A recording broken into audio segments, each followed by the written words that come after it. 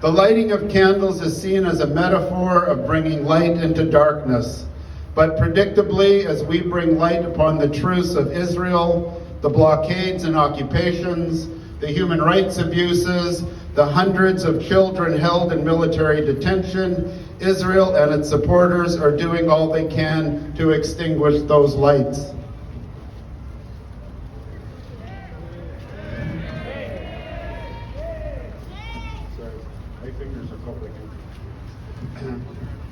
They aren't debating the facts of the war. They aren't speaking of the pogroms in the West Bank.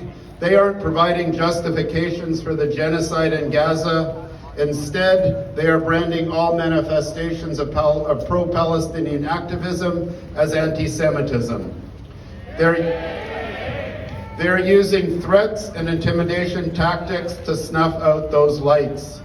From university campuses to workplaces to social media platforms, they are sending a strong message that there will be zero tolerance for any criticism of Israel, and acts of solidarity with Palestinians will be viewed with suspicion and judged as dangerous or threatening even before they occur, as happened when the menorah was temporarily removed from in front of Winnipeg City Hall last week. But keeping people in the dark is not a new phenomenon. Lying has been a constant tool of the Zionist movement from its inception to the present day. They lied when they said Palestine was a land without a people for a people without a land.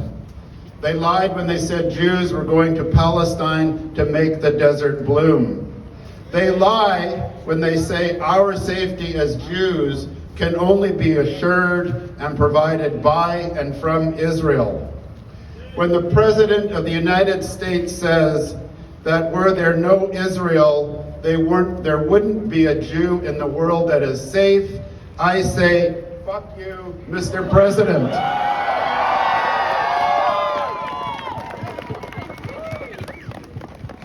Because I know that my safety is tied to your safety, to the safety of Muslims, to the safety of racialized minorities and Indigenous struggles against the prejudice embedded in our made-in-Canada settler colonial state. And they lied today when they claim there is a single Jewish community. They have appropriated my voice and are spreading the false and dangerous lie that when it comes to Israel, there is only one voice, one perspective, one way to be Jewish, and that way is to be unapologetically Zionist and unequivocally in support of Israel. And these lies have been repeated so often and for so long and spoken with such conviction that the world has come to believe them. And for most Jews, the lies have been internalized to such a degree that they almost become part of our DNA. And unbelieving is very hard to do. They have for a long time maintained that false consensus to shield Israel from criticism. The gatekeepers of Zionist Jewish identity try to write anyone who doesn't share their nationalist project out of Judaism, ban them from Jewish institutions. But I'm here to say that there are many Jewish voices, many ways of being Jewish, and we are saying very loudly and very clearly, not in our name.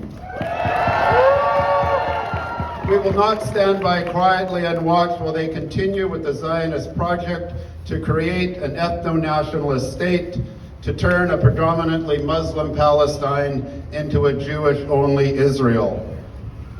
And they lie so much when they tell the truth, people don't believe them. But we believe them because we see what they are doing. We see the ethnic cleansing, we see the bombing of hospitals, we see their genocidal attacks against Gazans. So see us and believe us when we say, from the river to the sea, Palestine will be free. All right, we're going to do our march right away, and everybody will hold up one second.